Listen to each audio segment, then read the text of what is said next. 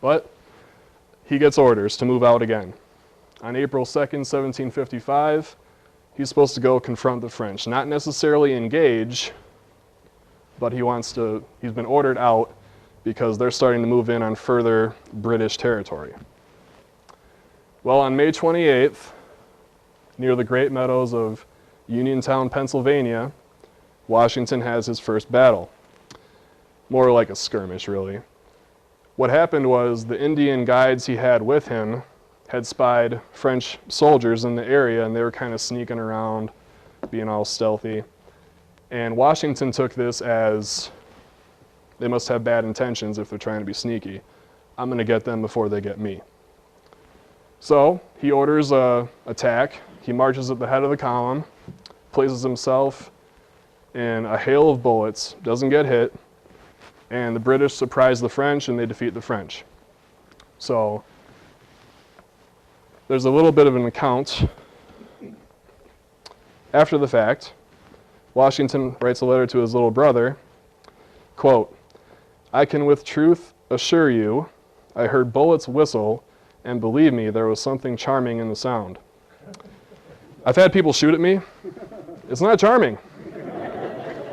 Not one bit." But he was cool with it. Now, is some of that a little bit of youthful bravado? Yeah, maybe, but regardless, there's never been anything I've come across that ever showed an ounce of fear in his actions in combat, ever.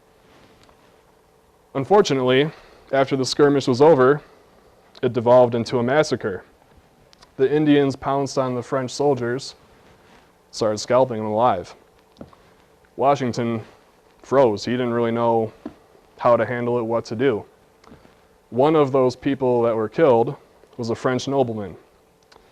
And from an account that I read, it's kind of gruesome, but he was scalped, his skull was cracked open, and the Indians washed their hands and his brains. So, anytime a nobleman gets murdered in this world, that's a big deal. And the really bad part is that nobleman's brother is in the area. So you know he's out for revenge. That's the bigger picture of what he looked like. So, the royal commander that Washington had to answer to died. I think like he fell off his horse and died. Like, seriously. Washington gets shot at and lives. There. So, Washington then assumes total command. And he begins building Fort Necessity, aptly named. But his youth and inexperience show through here, because as he's constructing the fort, it's slightly downhill, which means if it rains, you're going to get puddles and trench foot and all kinds of other stuff you don't want. And also, he didn't clear the trees out near the area of Fort Necessity far enough, because back in this time, you cleared out the trees further than musket range. That way, if they wanted to shoot at you, they needed to get out from behind cover. He didn't do this. And unfortunately, it turned into a huge rout. Washington's humiliated that he presided over this. But by all accounts, he maintained his martial discipline. His troops are trying to get drunk off of the reserve barrels of rum and whiskey they have. He's flogging them, telling them to get back out in the battle. People dying all around him. He never got shook. It's something that, it's a gift you must have from God if you can handle that stuff without tucking tail and running. So the terms of surrender, keep in mind, that nobleman's brother is writing it. So he's obviously upset with Washington, and he thinks Washington is an assassin. So the terms of surrender are written in French. Washington can't read one word of French. He just signs the surrender. By signing it, he admits to being an assassin. Till the day he died, he claimed with all of his heart that he did not know it said assassin, and he would not have signed it had he done so. So he's branded an assassin in the French newspapers. Comes back home, public still loves him. Why? Because he's brave. Because he stood up for the empire, and while he made some youthful mistakes, can you really expect a lot more out of him? I mean, you're in charge of all these troops and you really don't know a whole lot about it. So because of his bravery, he was still well regarded. And he did get a small demotion after this, and he considered that to be another affront upon his honor, so he had a brief military retirement. But something is going to draw him back in. General Braddock, considered to be one of, if not the best, British general of the day. He comes to America in order to be reinforcements for the British in the soon-to-be huge war with the French.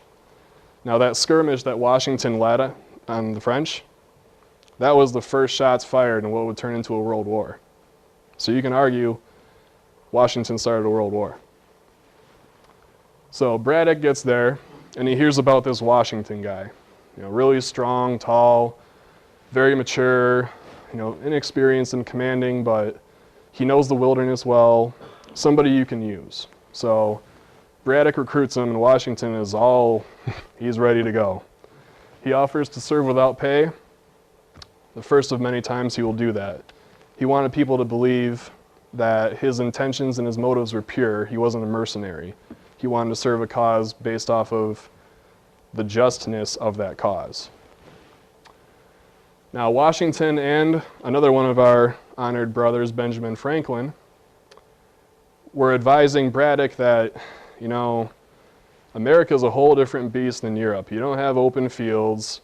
You have all these forests. You can't line up in nice, pretty little red coat rows like you want to. You're going to have to adapt. And Braddock says, I know how to fight, let me handle it. So he's going to wish he would have taken their advice. On the way to confront the French, Washington suffers a severe bout of dysentery. Dysentery is not cool. It's basically you defecate yourself to death. Luckily, Washington didn't die from it, but he was severely weakened. He actually had to be laid down in a wagon while the army was moving and bled by doctors. What I mean by that is it was a common medical practice in the day that if you were sick, there was good blood and bad blood in you. So they would cut your arm, and the bad blood would go out, but the good blood would stay in. It was a common practice of the day. So what really happens, his arm gets bled, and he gets weaker and weaker and weaker and weaker. So on top of having dysentery, which I'm sure isn't fun, he's getting bled by the doctors, and he's weakened even more. I mean, he could barely hold up a pen to write a note to his brother. He was so weak.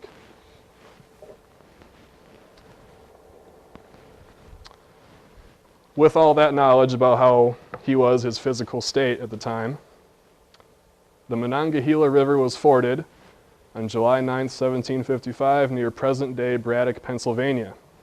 An ambush ensues. As you can kind of see from the picture, the chaos of what it must have been like. That is Washington right there, kneeling next to the mortally wounded Braddock. Smoke everywhere from the musket fire, trees, dense foliage, Indians and French soldiers jumping around, hiding behind bushes and trees and shrubs. They're there one second, they're gone the next. The British had no idea what to do.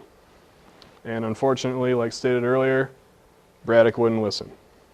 So the ambush begins and Washington steps forward, despite his weakened condition.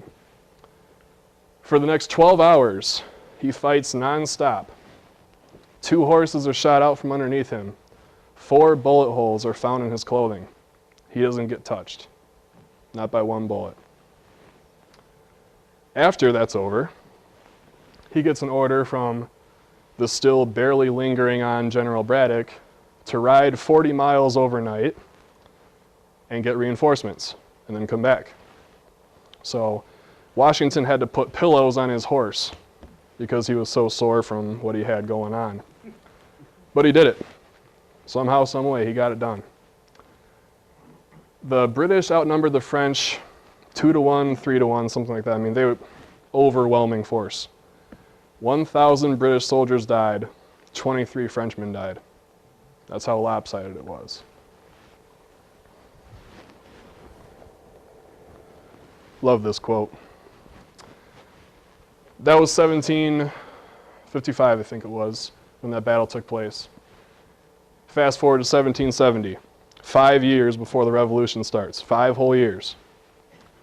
And an Indian chief who saw Washington on the field that day and remembered him when he saw him in 1770 said, "Our rifles were leveled, rifles which but for him knew not how to miss. 'Twas all in vain. A power far mightier than we shielded him from harm. He cannot die in battle. Listen, the Great Spirit protects that man and guides his destinies.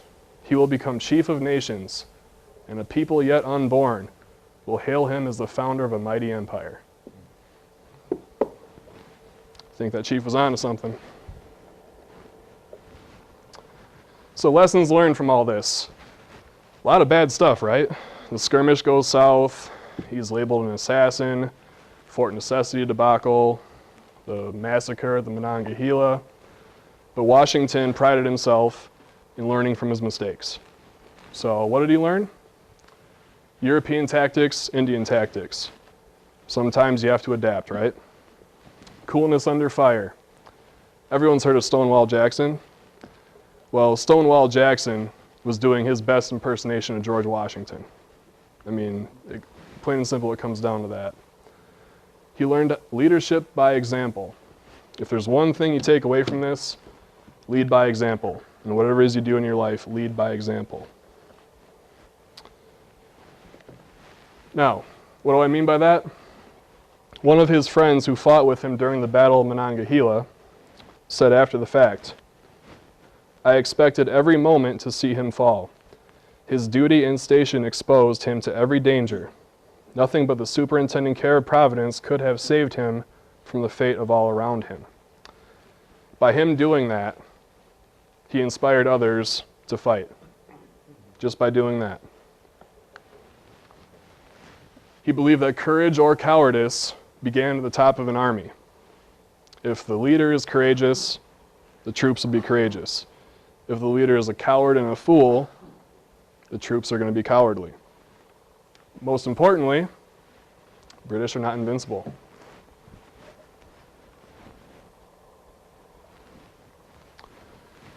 All right, between the French and Indian War and the Revolution, there are about 20 years of peace.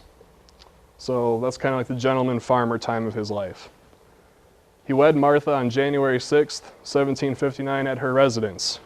Kind of a weird twist of fate. Her residence was referred to as the White House. Now, I think that a lot of historians overlook Martha, which is a shame because, you know, they kind of look at her and say, oh, she's just the rich widow that he married and he only wanted to marry her because she was rich. There was more to it than that. I'm not saying that didn't play a part, but there was more to it than that. She was the perfect companion for him.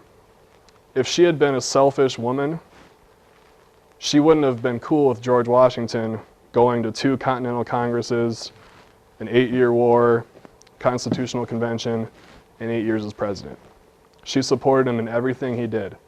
And that really gave him an inner peace about what he was doing.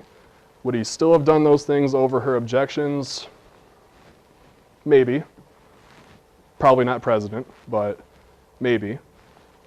But nonetheless, I think it's important to note the calming influence in his life that she was. By marrying her, it's a good thing he read the rules of civility because now he's in the stratosphere of the upper echelon of Virginian society. On March 14th, 1761, his sister-in-law, Anne Fairfax, passed away, and Mount Vernon became his officially. Now, it's a weird thing with Washington that he had so many loved ones die in his life, but every time one did, he benefited from it through inheritance or the military rank that he got from his brother. So while he's grieving, each time that happened, it helped propel him up to the positions that he would be in eventually. And his political career began by being elected to the Virginia House of Burgesses, which is like the colonial Virginia equivalent of the Virginia House of Representatives. And upon being elected there, he shows up for his first day, and you know how people talked back then, the flowing language and over-the-top praise, the way they said things. Washington, while he was a commanding physical presence, was horrible at speaking, and he never conquered his fear of public speaking. He didn't have a very strong voice that could project. So he stands up, and he's looking at his feet, he's stammering, he's stuttering, they can't hear what he's saying. And finally, the Speaker of the Virginia House said, "Sit down, Mr. Washington. Your modesty is equal to your valor, and that surpasses the power of any language that I possess." And it says underneath that, the man who could face bullets couldn't face receiving praise from his peers.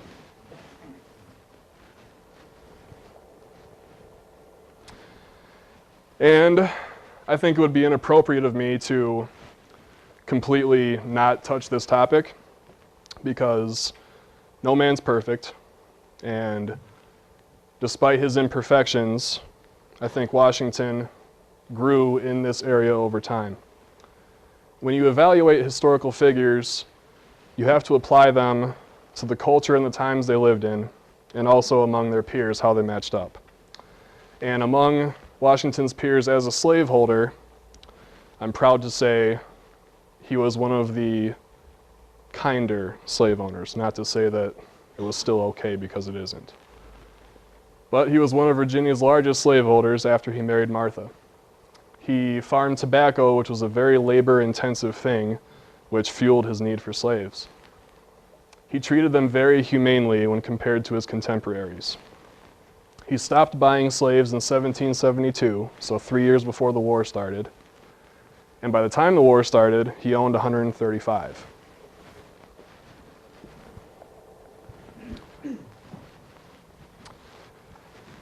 He refused to beat or whip them, like many of the slave masters of the day. Later on in his life, his presidential secretary, Tobias Lear, said, "The Negroes are treated as blacks in general are in this country. They are clothed and fed as well as any laboring people whatsoever, and they are not subject to the lash of a domineering overseer. But they are still slaves." So as good as he treated them, gotta keep in mind, it's still slavery and it's still not okay. He did work alongside some of his slaves in the fields. He was a man of action. He wasn't the kind of leader that said, "You do this, you do this, you do this." It was, "Help me do this," or "Do this with me." In lieu of harsh punishment, he did sell some slaves to the Caribbean. That wasn't a benevolent gesture. If you were a slave in the Caribbean, you were expecting a very hard life. So while Washington didn't want to mete out the harsh punishment himself, he would do this instead. And Washington's manservant, Billy Lee, another person who we owe a lot to, was Washington's personal slave and was with Washington every step of the way through the war, especially the horrible beginning couple years.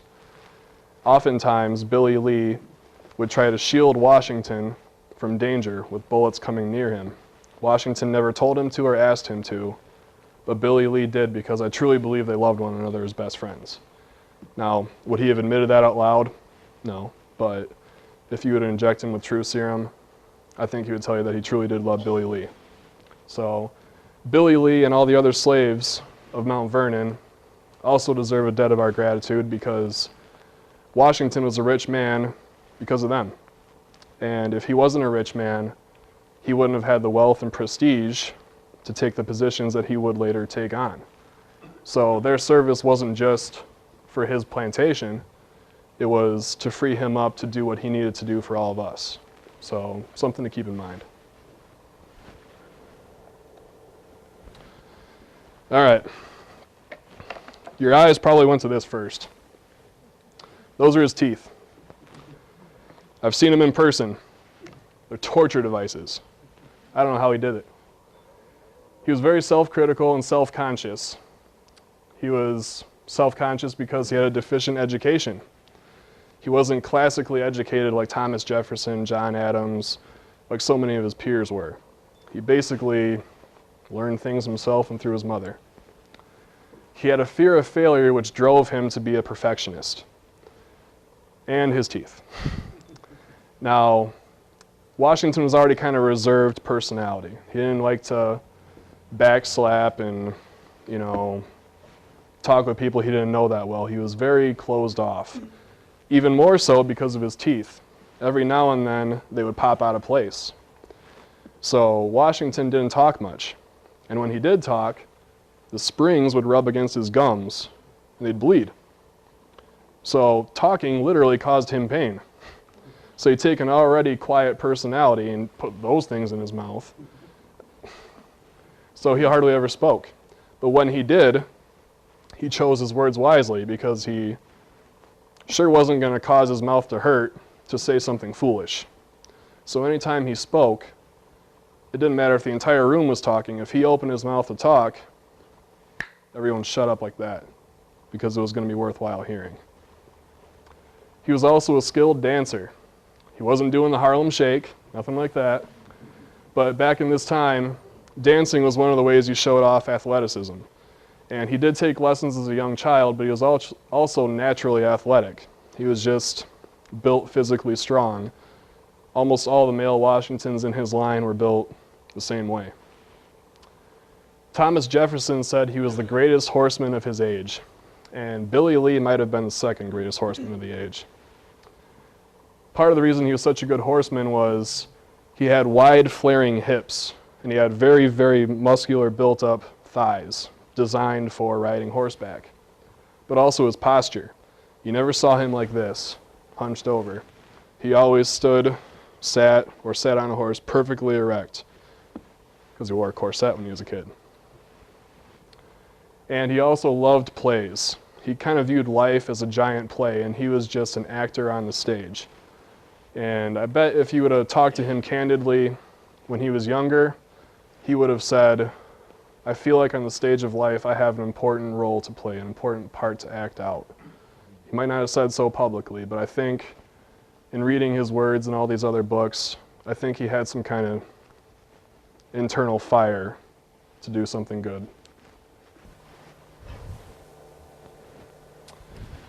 And that's his study in Mount Vernon. Have his breakfast, and he'd go in there and read the Bible a little bit each morning, jot a note or two down in his diary, and be out surveying the farms the rest of the day. He also conducted a lot of business with the empire from that very room. So what he would do is he would farm his crops, and he would send them to England. And then in return, he would get money back. Well, he believed that the English were shortchanging him on the prices, so another affront to his honor. Then the Intolerable Acts happened after the Stamp Act was repealed. The Intolerable Acts had a lot of things in it, but the one that really struck a chord with Washington was it closed down the port of Boston for commerce or business. He viewed this as utter tyranny. And if there was one thing it was kind of like, okay, this is the last straw, that was probably it. Now, I'm not saying he wanted to go to war, because at this point he didn't. He wanted to reconcile with the mother country in some way, shape, or form, but something had to be done. So something was done, kind of. The First Continental Congress convened, and that's where you get your olive branch petition and all that kind of stuff. Ultimately, the king wouldn't even look at it, let alone read it. So in this Congress of conciliatory, he has a marginal role. He doesn't really do a whole lot. Keeps to himself, like he doesn't talk anyways, so he's just kind of present, and he gives his opinion from time to time, but no real quotable things from Washington in the First Continental Congress.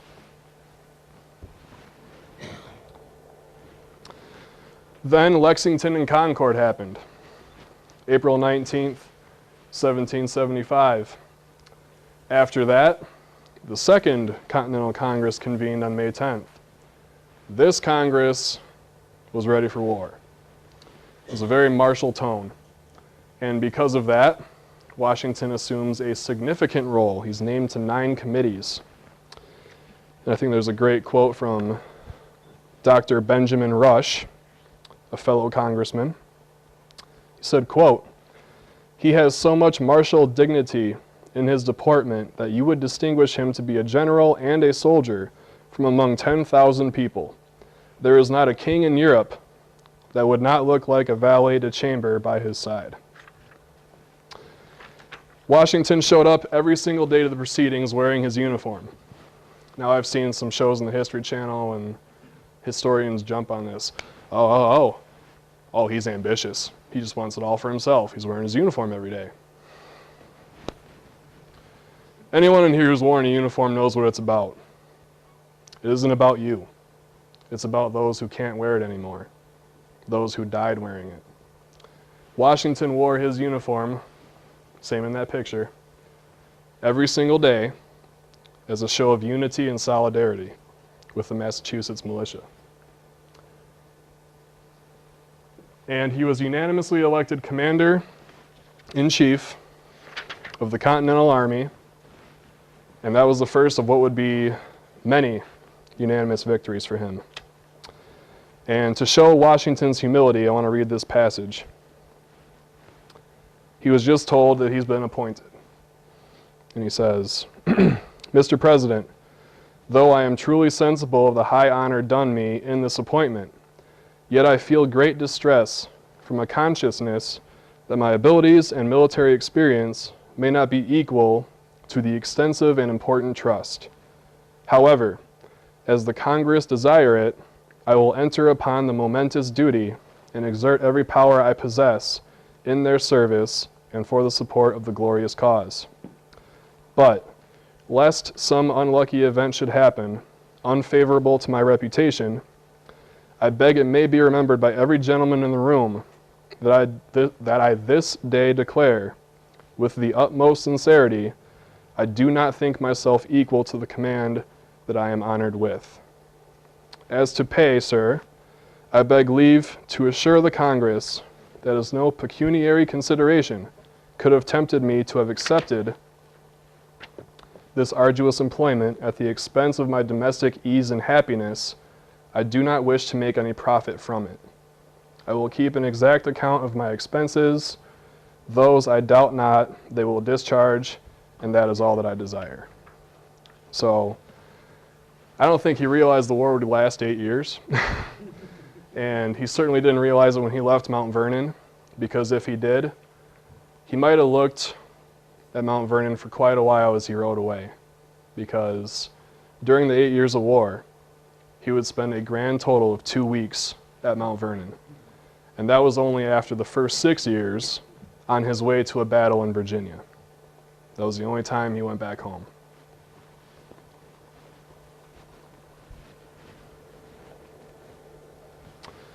The glorious cause. He rides up to Boston, takes charge of the troops stationed outside of Cambridge. He didn't like what he saw. It wasn't really an army. It was a gaggle of militia. No uniforms, barely any clothing. No one knows the proper military drills or manuals. No discipline. Troops would go to the bathroom wherever they pleased as opposed to in certain areas. Therefore, there was disease rampant throughout the camps. He had to teach his commanders how to properly count the troops. I mean, come on. And while he was dealing with all that, he had an uncomfortable stalemate because, like when he was in the wilderness, he sees the enemy, he wants to get him. He's aggressive, he wants to go attack. So he convenes his councils of war with what he referred to as his military family. And at the first one he held, he's talking about wanting to attack. He wants to take Boston. Well, his council say, Your Excellency, we can't do that. It's impregnable. We'll get wiped out. And despite how bad Washington wanted to make that assault, he was more than willing to listen to logic and reasoning, because he realized, I don't know everything. And if I put intelligent people around me and I truly listen to what they say, I'll get every side of the argument, and then I can act on logic on the best course. A hallmark of great leadership. Well, something happened which was able to give Washington a half measure for an attack. Fort Ticonderoga in upstate New York, held by a very small detachment of British soldiers. Well, on May 10th, Ethan Allen, Benedict Arnold, we'll get back to him, and the rest of the Green Mountain Boys take the fort from the unsuspecting British. With that, they got all kinds of cannon now from the fort. Henry Knox, who has read about cannon but never really commanded artillery, he read it in a book, so he thinks he's qualified. He decides he wants to take all those cannon from Ticonderoga in upstate New York and drag it over the snow and ice in the middle of the winter to Boston. A truly Herculean feat. I mean, they should make a medal with his face on it too for that. Washington says, if you think you can do it, go do it. So he leaves. I think he left in October, and he didn't get back till the next March. He got back on or near March 4th. And the significance of that day was, in the lower corner here you've got an engraving done by another one of our Masonic brothers, Paul Revere, of the Boston Massacre. That was March 5th, 1770. March 4th, Washington commands his forces to put all the cannon on Dorchester Heights, which was the biggest hill surrounding Boston. Whoever had command of that hill had command of the whole town. Now, neither side had fortified it because it was thought to be basically impossible to fortify. It was very steep, it was very high up. Well, in one night, Washington motivated his troops to drag the cannon to the top of Dorchester Heights and point them down at Boston. So, morning of March 5th, General Howe wakes up, the commander of British forces. He wakes up, he looks up at Dorchester Heights and sees American guns pointing at him. And he says, quote, "My God, these fellows have done more work in one night than I can make my army do in 3 months." So on March 17th, the British evacuated because they literally can't hold the city anymore with the cannon in position on Dorchester Heights. That's one of the reasons that St. Patrick's Day is such a big deal in Boston. It's kind of like their Independence Day in a way.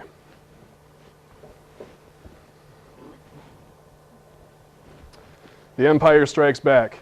Any Star Wars fans? Okay. I'm not the only one that got that then. So, after the Declaration of Independence, which we all know was July 4, 1776, though it wasn't signed that day, Washington knew that the next battle would be in New York, because New York was wealthy and because of the waterways.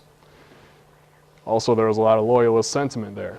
So Washington knew they're in deep trouble because we don't have a navy, and they have the best navy on earth.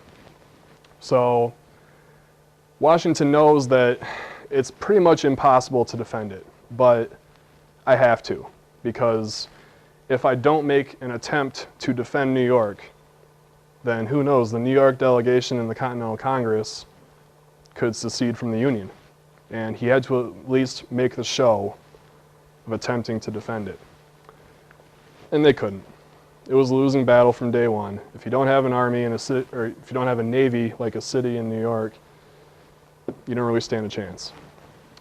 Very humbling experience for the entire Continental Army, and Washington included. The only thing that saved Washington and the Army was a nighttime evacuation across East River. They were bottled up at the corner of, I think it was Brooklyn Heights.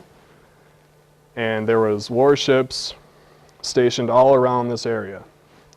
But Washington remembered his days of being a surveyor and being a farmer, and he sensed a little bit of change in the weather.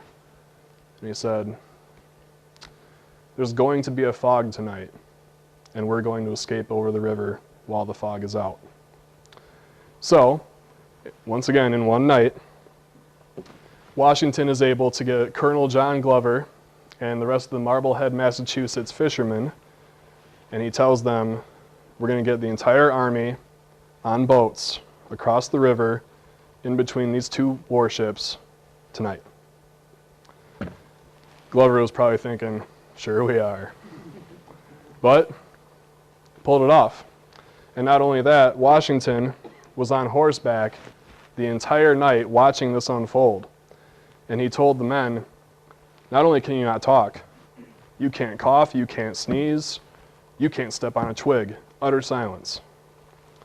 He kept 400 men back in the main camp to dig and to stoke campfires to make the British think, okay, they're still there. They're making noise. They're doing what you do in an army camp. Just before sunrise, Washington waits for the very last boat. He didn't cross the other side, save himself first. He waited for the very last boat and got on it. Crosses the river, the fog lifts. It's almost like someone or something's protecting him, right?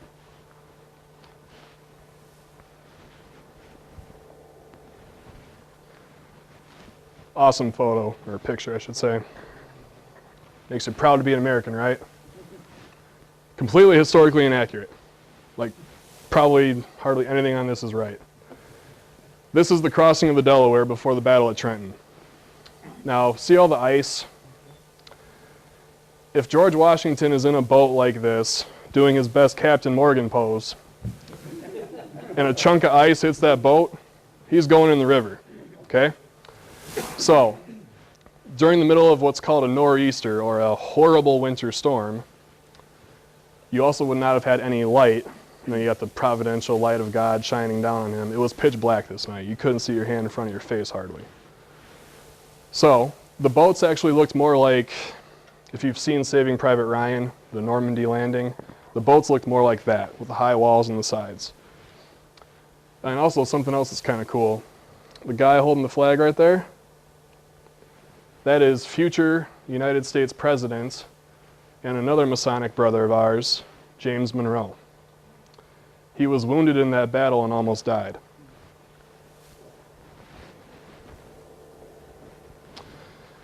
I refer to it as the Christmas miracle at Trenton because I don't know any other way to put it. After the losses in New York, the army is retreating across New Jersey. Morale is just in the gutters. Troops are falling out and deserting in droves. Most of them have their enlistments expiring at the end of December. Washington knows that once that happens, he literally won't have an army left. The war won't be able to go on. So he decided, against conventional military wisdom, we're going to do an all-out attack on Trenton. And we're either all going to die or we're going to win. The watchword for that night was victory or death. The reason we know this is that Dr. Benjamin Rush, we mentioned him before, member of Congress, he served as the Army surgeon. So he went to go visit Washington and check how the men were. And he's speaking to Washington. Washington seems kind of distracted, not making a ton of eye contact with him. He keeps writing something. He wrote victory or death repeatedly on a sheet of paper, and it fell on the floor. And that's how we know what the watchword was for that night. It was supposed to be a three-pronged crossing across the Delaware River. Didn't quite work out that way.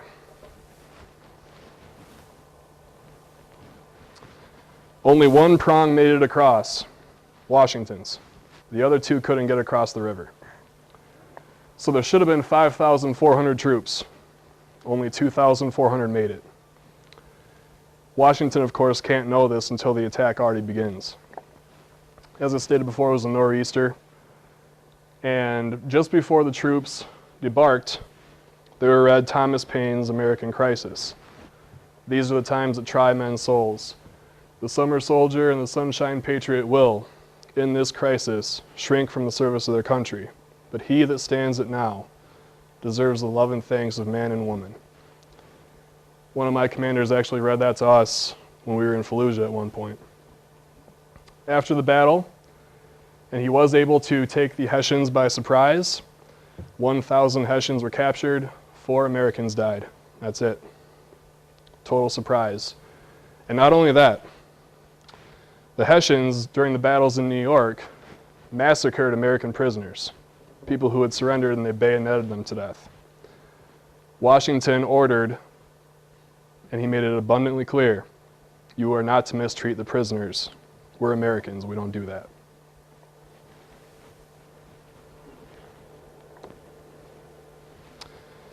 So, despite this victory at Trenton, makes everyone feel a whole lot better, still more setbacks.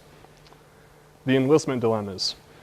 Every time Washington could get an army trained up and ready to fight the way he wanted it to, their enlistments would expire, they would go home, and then you'd get a whole bunch of new farm boys you have to train up all over again.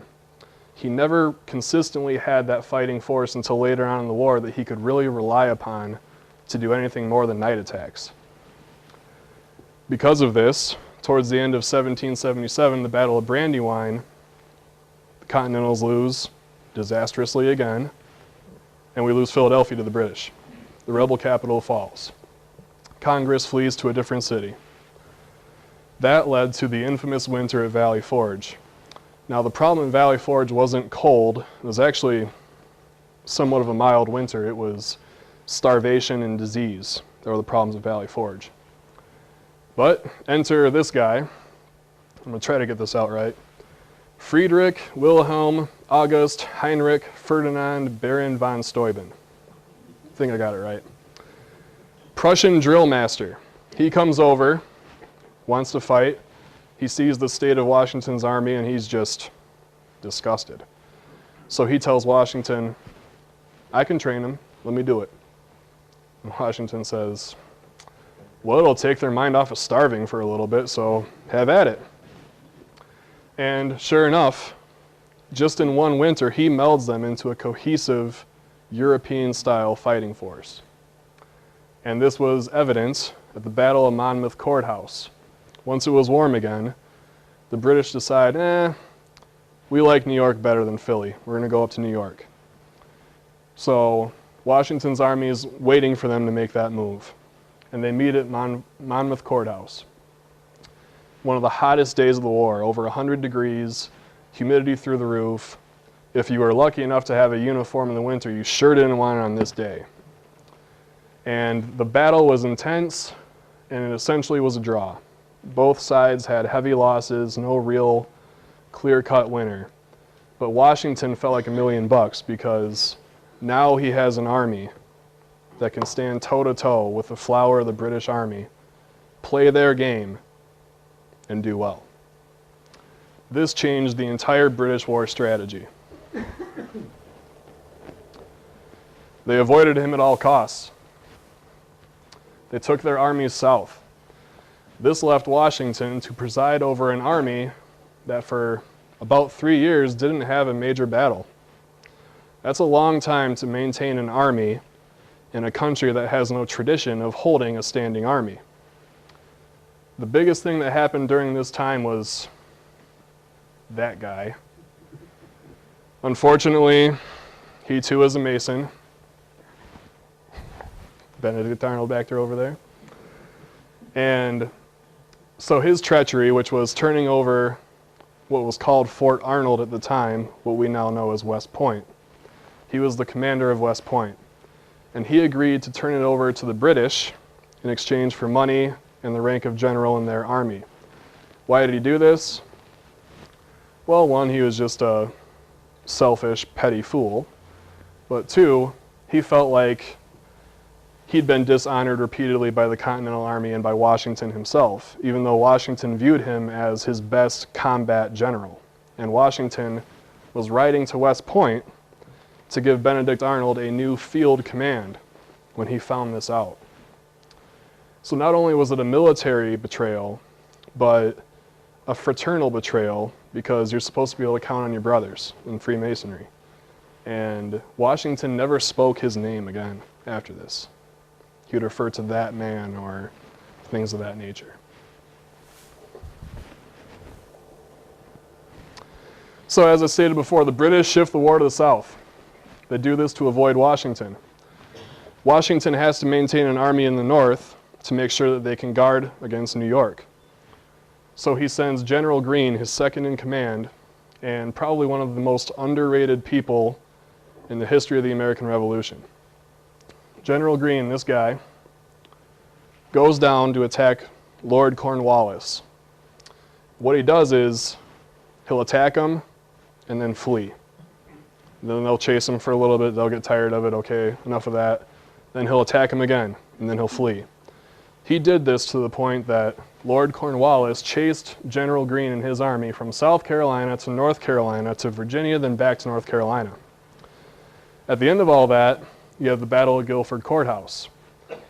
It was technically a victory for the British because they took the ground, but it was kind of like a Bunker Hill type victory. They paid dearly for it. They lost far more troops than we did. And Lord Cornwallis, one of the greatest military minds of that century, said, "I never saw such killing since the day God made me. The Americans fought like demons." So his troops are depleted, they're exhausted. A lot of their supplies have been lost, chasing Greene through all these different states. So they say, enough of this, we're going to withdraw to Yorktown, Virginia for safety. At least that's what he thought he was doing. And he gets up to Yorktown. Yorktown is a coastal port right off the Chesapeake Bay. He makes camp there because he believes it's a town that can be easily defended, but even if for whatever reason it can't be defended, I've got the Royal Navy, I can just hop on their ships and go elsewhere. Well, Mr. Monahan, you like this? The French finally arrive and do something. They've been our ally for years, but they really haven't gone through a whole lot of fighting with us yet. Admiral de Grasse of the French fleet defeats the Royal Navy near Chesapeake Bay, and he takes control of Chesapeake Bay. So now Cornwallis's escape route to the sea is closed. Washington and General Rochambeau of France find out about this, and Washington abandons his plans to attack New York and marches south with an American and French army to Yorktown, and they're going to start closing the noose in that British army there. So on August 14th, 1781, Washington is back in the game, and we can only imagine how happy he was about that.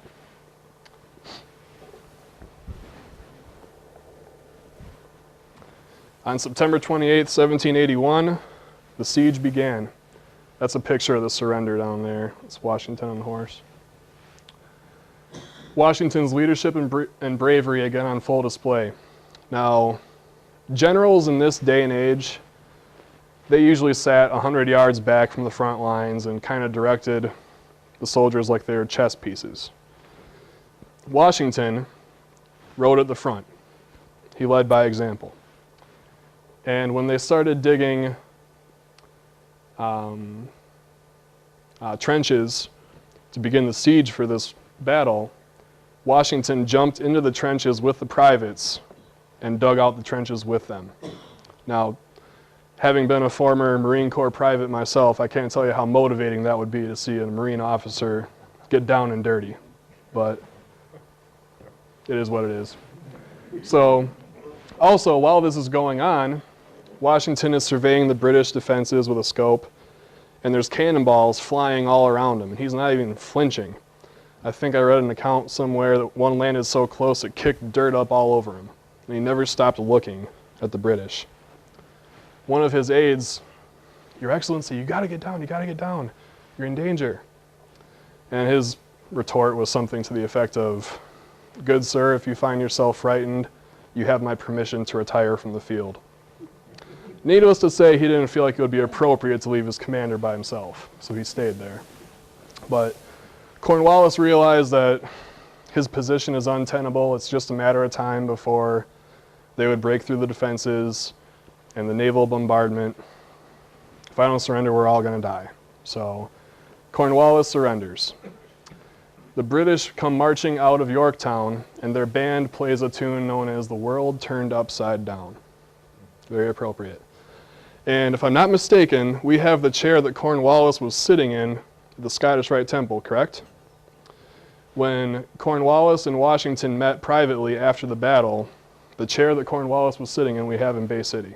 So, if you're ever curious about that.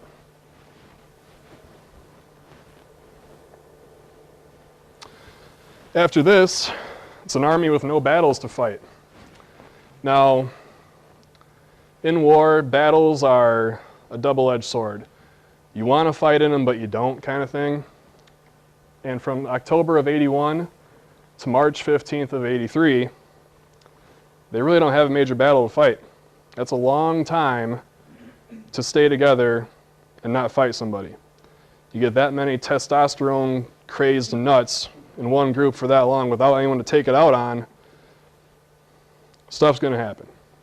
So, an anonymous letter of mutiny reaches Washington's desk. And he reads this letter, and it says, "We haven't been paid, we've been underfed, we've been ill-equipped for years. Congress always says they're going to pay us, but they never do. Therefore, we are going to march on Congress, and at the tip of a bayonet, we will force them to pay us. And after that's done, we'll put Washington in as King of the United States of America." So, knowing what we know about Washington, all his time being a politician, in addition to being a soldier, he believed fervently in civilian control over the military. So, Washington finds out about this meeting, cancels it, and calls a new meeting that he's going to show up at. What do you think Washington felt about this proposed mutiny?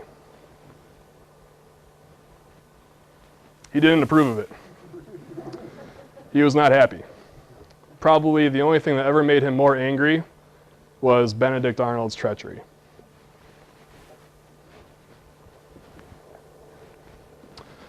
So, wearing a uniform like that, and I believe that is a wax sculpture of his likeness, life scale.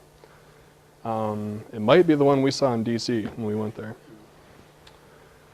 So, Washington calls this meeting in Newburgh, New York, where the army's camped. I call this a miracle as well. And out of all the things he's done, I firmly believe this is his finest hour. Not standing fearless amidst chaos and bloodshed, but this right here. He prepared a speech, but as I said earlier, he wasn't a good speaker. His voice didn't carry. Probably half the people in the room couldn't hear him at first. They had to move closer. But he essentially says, "How dare you plan this? This is unbecoming. If you believe this, you are not a friend of the army and you are not a friend of me." But the speech goes over flat. You can tell by the looks on their faces that they're not moved. They want food and they want their pay. Some of these people, keep in mind, have gone months, if not years, without being paid to fight in a war. I mean, their rage was completely justified. So Washington sees that they're still planning to do this. So he reaches into his coat. He pulls out a letter from a congressman. And in that letter, essentially the congressman says, "We love the army. We know that we owe them so much. We're doing everything we can, but Articles of Confederation, we can't come up with the money. We're trying everything in our power." However, Washington can't read the letter. He's stumbling over it.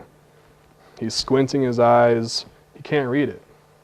And then he reaches into his pocket again. He pulls out a pair of glasses.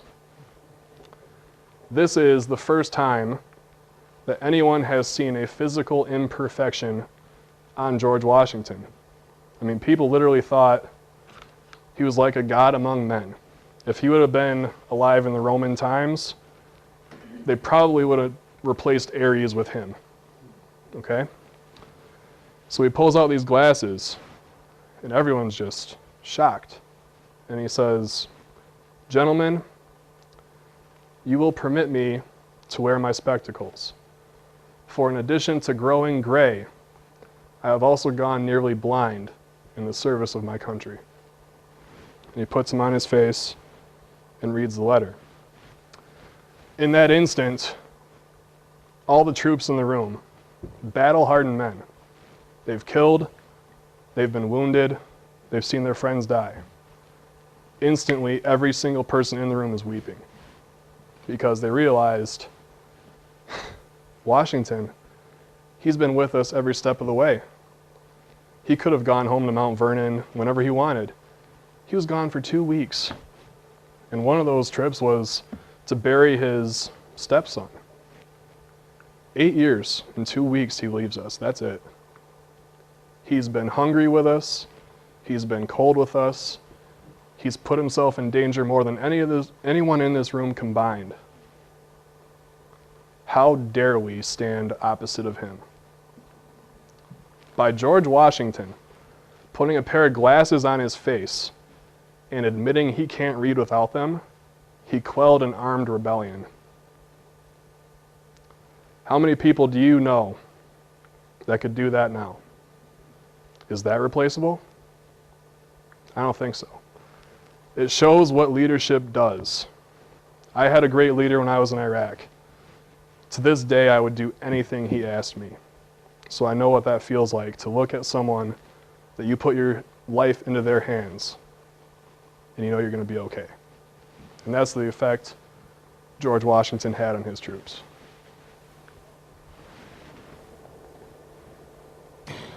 So what is his legacy? That's what he looked like in the French and Revolutionary War.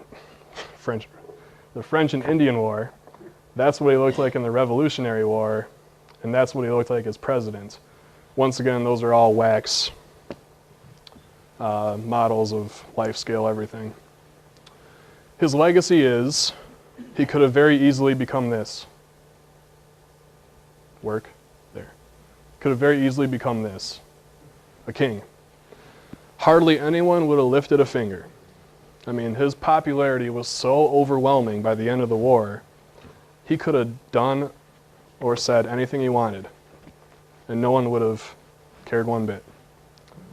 Instead of becoming a king, he chose to be this, the humble servant of God and of the United States of America. As soon as the war was over, he resigned his commission as commander-in-chief, wanting nothing more than return home to Mount Vernon and never leave it again. And when George III of Britain heard this, that Washington resigned his commission and didn't name himself king or emperor, King George III of Britain, mind you, he said, if he does that, George Washington is the greatest man on earth. I can for once say I agree with King George III. We had another example in history not too far after this time, where there could have been another George Washington. France had their own revolution. Got a lot dirtier and bloodier than ours did. Napoleon Bonaparte takes command of the army. And then he decides he's going to name himself emperor. Before Napoleon died, he said, the biggest critique that my critics have against me is that I could not be another George Washington. That's his legacy. He was not only able to give up power, he did it 3 separate times. After the Revolutionary War, after the Constitutional Convention, and after presidency. Most people get affected adversely by power. He never let it stray him from the cause. During one point in the war, when things were going really bad, Washington asked, can I have a little bit more leeway to recruit troops and to take supplies that we need from the countryside? And John Adams said, not so many words, you can do whatever you want. We trust you. They literally gave him the powers of a dictator, and he never abused them. And the instant that American liberties were secured, he gave that power back up. Because as the sword was the last thing we picked up in defense of our liberties, it was the first thing that he laid aside when they were secured. So that, in my opinion, is his legacy. And that is why he is irreplaceable. And you're probably asking yourselves, is that a picture of George Washington killing zombies? Yep. Has nothing to do with anything. That's just awesome. Matter of fact, when I found that on the internet, it said George Washington saves America from zombies again. So with that, we ran a little bit longer than I was hoping. I'm sorry about that, but I hope what I said resonated with you. And like I said, leadership can do amazing things. So it doesn't matter if you're a stay-at-home mom or dad, burger flipper at McDonald's, CEO of a bank. If you lead by example, you'll be shocked at the results you get around you. So do I have any